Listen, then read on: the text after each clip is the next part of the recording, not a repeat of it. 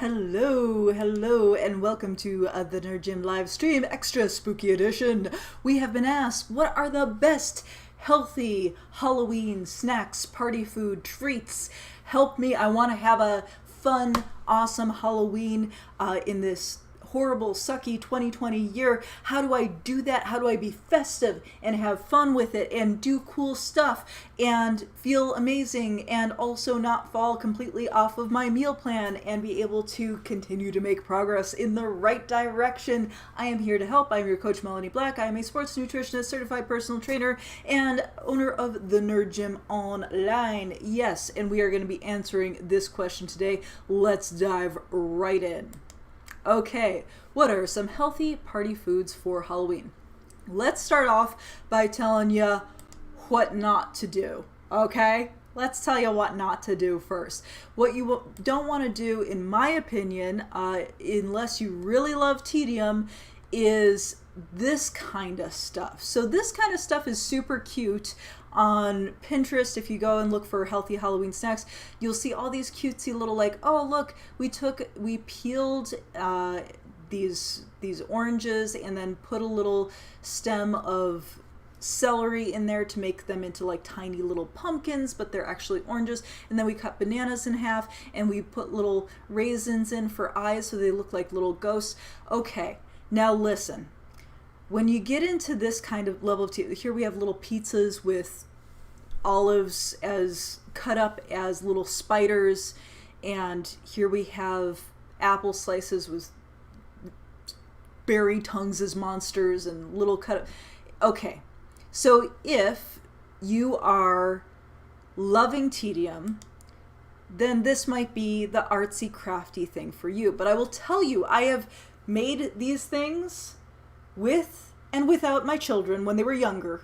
And okay, if you've got kids and they love artsy craftsy stuff and they have an attention span, then yeah, maybe this might be the right artsy craftsy thing for you. Keep in mind, if you're making this stuff with kids, they better be the ones to eat it, because this gets nasty. You get their grubby little hands all over peeled bananas and they're breathing on them and all kinds of stuff. So if you are entertaining people, these are not the snacks to make. Even if you're not making them with children, that's a lot of little detailed food handling. You're slicing the apples and putting the peanut butter and sticking little teeth in there and doing all this stuff to it. So it takes a really long time. It generally is not going to turn out super pretty, and it's a lot of intensive food handling, and it usually doesn't stay looking so fresh. Like, especially with bananas, they're going to start getting brown very quickly. It's just going to look nasty, and nobody's going to want to eat that stuff. So unless you're doing this like as a fun crafty project with kids who are going to actually eat it right away afterwards, just go ahead and avoid doing any of this cutesy, artsy craftsy stuff with your food that's super detail oriented. Just skip over all of that. That's my first word of warning if you are looking for Halloween fun entertainment. The party platter is the way to go. So store-bought party platters, they are terrible, but making them at home is not only super easy, you can also double it up as your meal prep for the week. So if you are on any kind of a meal plan, and especially if you're on one of the Nerd Gym's meal plans, this is a great excuse for you to get your vegetables cut up, to get your protein prepped, to get everything prepared ahead of time. You can either do 2 batches, one for like if you're entertaining or if you're doing, like a family dinner or whatever. Obviously, if you're entertaining, it's a little bit tricky right now during these times, and we're going to talk about doing that too. Like if you have your heart set on having some friends to do a spooky-ooky together, then we will talk about that as well. But in general, the party platter is super versatile, super fun. People can pick and choose what they want out of it. You can do something with vegetables. If you're looking at doing a low-fat dip, highly recommend taking low-fat or zero-fat Greek yogurt and putting a dip mix up in there. So it takes very little work, very little effort. You can get the pre-peeled carrots. You can get, celery is easy to wash and chop. And yes, these are examples of party platters that are not ooky spooky themed. We'll get to that in a moment. but you can do vegetable platters with vegetables and olives and all kinds of goodies there. You can do fruit platters with either whole fruits just out on a platter, like seasonal fruit, like apples. Hey, why not? Pile them up. It makes the table look festive. They will keep if they don't get eaten right away during your party time. Or you can do chopped fruits or cut up fruits on kebabs or with little fancy toothpicks. Any of that stuff is fabulous. You can do proteins in your party platter. So if you're vegetarian, cube up some tofu. You can do baked tofu. They sell pre-baked tofu at Sprouts and Whole Foods and a lot of those kinds of places if you don't want to do a whole lot of meal prep. You could also do like baked chicken wings or low-fat sliders. All of these things are fabulous ways to get your protein in, as well as, the classic, like just a regular deli meat platter. You can do these DIY this one, or if you've got a local deli that you can go and have the platter pre-made there, that's even less work for you. I do still recommend you do your own veggie platter though, because veggie platters, like the pre-made ones, they're never good. Who the hell eats raw broccoli anyways? They always have raw broccoli in them. Get some good vegetables, get some, some things that you don't typically see in the veggie platters because they don't keep as well, maybe, like your radishes, for example, are fabulous. Radishes, celery, carrots, bell peppers, wonderful, sugar snap peas, all that kinds of stuff. So definitely do a veggie platter with a variety of vegetables and dips on it. Make sure that you have, if you are on a meal plan for yourself that requires you watching calories, make sure you have a low-fat dip on there for yourself, and maybe some more, I don't know, fattier dips for the other people who you might be celebrating with, so that everybody has something that they're going to really enjoy, and also get your fiber. Yes, all the fiber. All right. So you want to make sure that you have your proteins out there, and you could do this, you could do sushi or shrimp as well. Like, I mean, shrimp are basically like sea cockroaches, so it's already spooky-ooky, so even better, right? So if you like this kind of stuff, go for it. You can make your own sushi if you're feeling artsy-craftsy and you want to do some more intensive, labor-intensive type of stuff. Try making your own sushi. It's actually kind of fun, and I enjoy it. Now, the thing to do then is to make it festive with the presentation. So you can either do something directly with the food like this. So I don't recommend doing the fiddly little stuff with each individual piece of food that requires tons of like individual food handling. But if you want to make it fun and festive, there's a couple ways to do that. So one of the ways that you can do that is with the overall arrangement. You can take for your fruit platter an empty watermelon shell or a pumpkin carved, and put it into the arrangement overall. Gourds, pumpkins. You can arrange the actual vegetables into a skeleton or a pumpkin or something that is on theme with your Halloween. But don't fiddle around with the individual like carrot sticks. Just make it a whole, the presentation is meant to look like something representative of Halloween. The other thing to do is just set the table in a festive way. So you don't actually have to do any crazy decor with the food itself. Rather, spend a little bit extra time making the ambiance, putting some candles out, putting some pumpkins out, putting some decor, this, fun little stuff on individual plates where you have like the napkin rings or whatever with little bows and that kind of stuff. So that's one way to make it festive and make it Halloween without being so labor intensive with the individual foodstuffs. And that will keep your food stuff also versatile, so that if you do have a, if it's just you or a small turnout, anything that's left over can get packed up for lunches or dinners the next day. And then you have healthy food already prepped. Fruits, vegetables, proteins. Yes, absolutely. It's a lot in the presentation. A lot of times we really get hung up thinking about, sweets for Halloween and all the cookies and desserts and candies. And honestly, like, there's only so much sweet a person can handle, right? Before it's just like,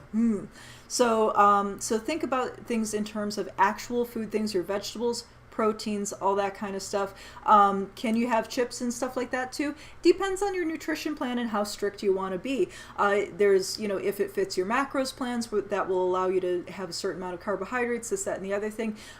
If you do add carbohydrates to your overall presentation, besides the fruits and the vegetables, which are technically carbohydrates, but if we're talking like breads or chips or pretzels, that kind of thing, or popcorn, be selective about what you really enjoy, or make it a part of the meal. For example, like sliders or finger sandwiches, where you're having the bread as part of the delivery of the actual individual stuff, rather than, because the calories just add up so quick when we're talking about things like chips and candy and cookies and popcorn, and it just adds up super quick. So have fun with the didn't mean to do that one. Have fun with the actual presentation of the thing, and get into it. Now, another thing we need to talk about is beverages, right? So we're going to segue into one of my absolute favorite themes for Halloween, absolute favorite, and bear with me here because it initially won't seem very Halloween-y. Tea party. Okay, so there's a lot of great haunted ghost stories.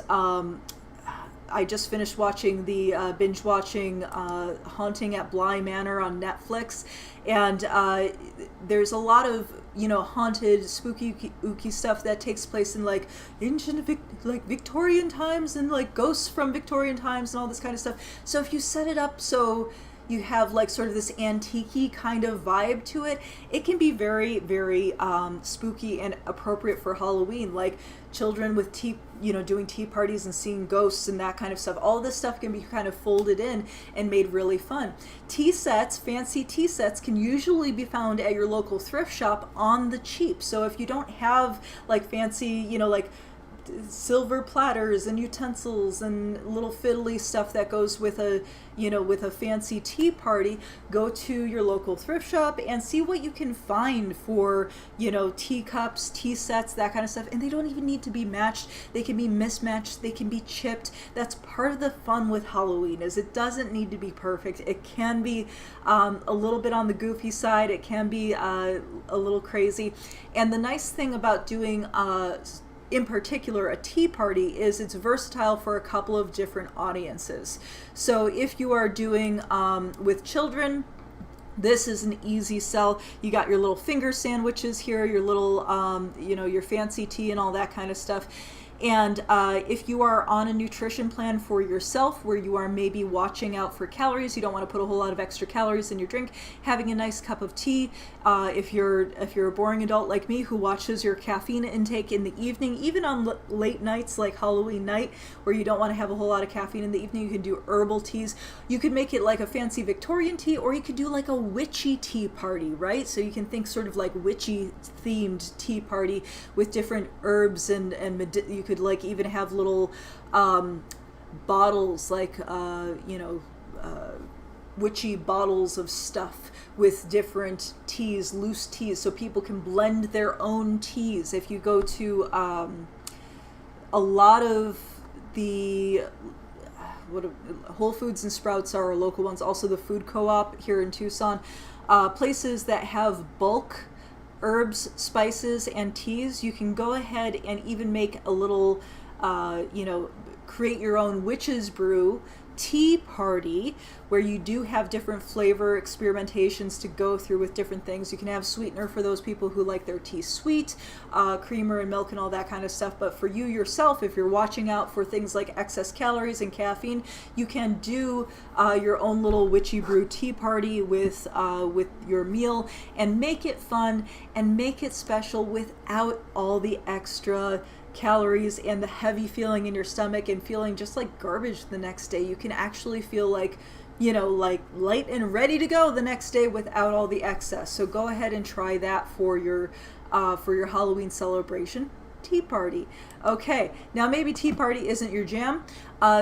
Mocktails are another wonderful thing for any celebration, and just for your regular everyday celebration. So mocktails would be like a cocktail without the alcohol or added sweeteners, right? So With something like this, you're looking at infused water, putting berries or cucumber slices or different things in your water or in your seltzer. So some of my favorite things to have on hand for mocktails are going to be seltzer, ice, fresh herbs, fresh fruit, and some kind of like Mio drops, or like, you know, the Crystal Light, something that's like got non-caloric sweetener and some fruity flavor in it.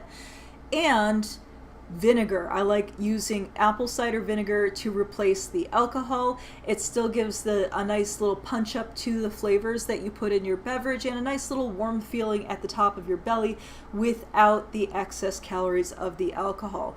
But again, here, if you have friends who you are entertaining as part of your thing, and you want to be a good host and have alcohol on hand for them, then you have sort of a versatile thing where you can do a proper like cocktail for them, and then have a mocktail for yourself, so that you are enjoying the celebration, socializing, and cutting back on calories. So there's a lot of really great ways to do this.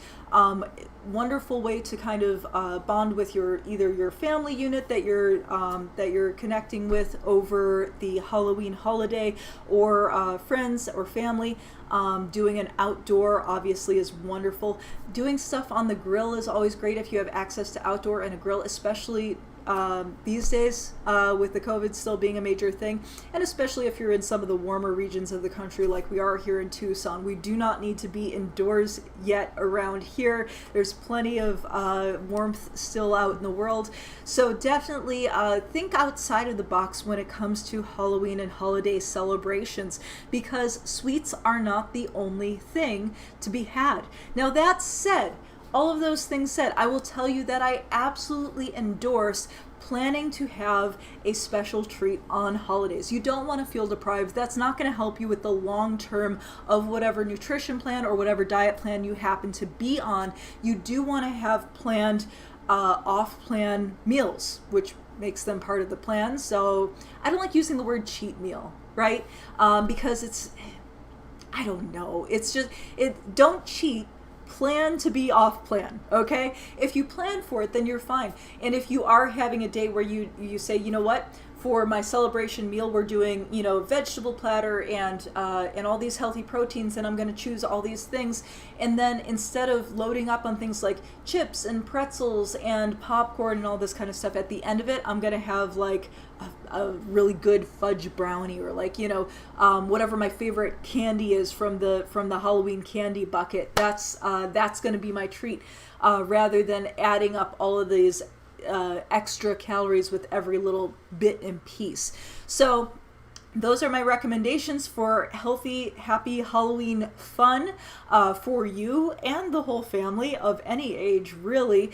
If you need further assistance with this or would like a personalized meal plan, please be sure to join the Nerd Gym, www.thenerdgym.com. We do live online exercise classes. We do live online nutrition, as well as individualized meal plans. We've got a number of different types of plans for you. So if you like to count calories, or if you don't, we have something for you. If you're vegetarian, if you're not, all those things, we take that into consideration. We help you out with it. So go ahead and join. This is, you only have a couple weeks left to join at any membership level to get full access. That offer is about to expire. So if you have questions on that, let me know. If you have questions about anything in general, fitness-wise, lifestyle, exercise, I don't care. Go ahead and pop them in the comments. I'll be happy to answer them for you. If you enjoyed this content, please like, subscribe, all that kind of stuff. If you didn't like it, give me the thumbs down. Still helps the algorithm. Okay, so definitely do all of that. Yeah, and let me know what your questions are. Let me know what you're doing for Halloween. What are you making for special Halloween dinner? I want to know. Let me know in the comments. What is your favorite healthy go-to Halloween treat, or your favorite unhealthy go-to Halloween treat that you want to make space for, that you are conserving calories in other areas of your Halloween festivities, so that you can dive in, tuck in nice and deep to that gorgeous Halloween treat. I want to know what it is that you really love. My favorite candy is candy corn. Some of y'all know that about me. Every day of the year, candy corn. Yes. It of course gets made fun of as being like one of the like the bad, worst, like most grossest candies, I guess. But I think we all like one gross candy. That's another thing you can let me know. What is your favorite gross candy that you love, right? Maybe those wax lips, or I don't know. What's another gross candy? Peeps? You like Peeps? Ooh. All right, let me know, and I will see you on the next one. Bye.